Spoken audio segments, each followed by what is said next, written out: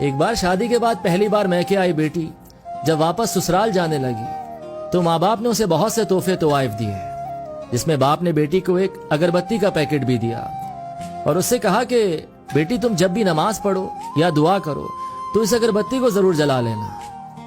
जैसे ही वो ससुराल पहुंची तो सास ने बहू के घर से आए तोहफों को हसद भरी निगाह से देखा और जब उसकी नजर अगरबत्ती के पैकेट पर पड़ी तो मन ही मन में हंसने लगी कि भला कौन सा बाप अपनी बेटी को तोहफे में अगरबत्ती का पैकेट देता है।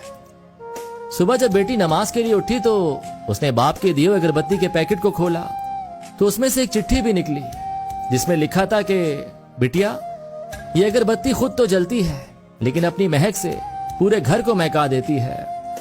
हो सकता है तुम कभी अपने शौहर से रूठ जाओ या किसी बात पर सास ससुर से नाराज हो जाओ, देवर या ननन की कोई बात तुम्हें बुरी लग जाए तो तुम मेरी दी हुई इस नसीहत को याद रखना, इस अगरबत्ती की तरह जलना। जैसे अगरबत्ती खुद जलकर अपनी महक से दूसरों को तरोताजा रखती है, उनको सुकून देती है, इसी तरह बेटी तुम भी सह जाना। अपने ससुराल को महका समझकर अपने अच्छे रवैये और खुश इखलाकी से उनके घर के सुकून की वजह बन जाना।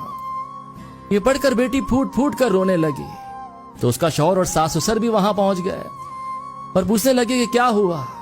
तो बहू ने वो चिट्ठी अपने शौहर को दे दी। जब शौहर ने चिट्ठी को पढ़ा तो सबकी आंखों में आंसू आ गए।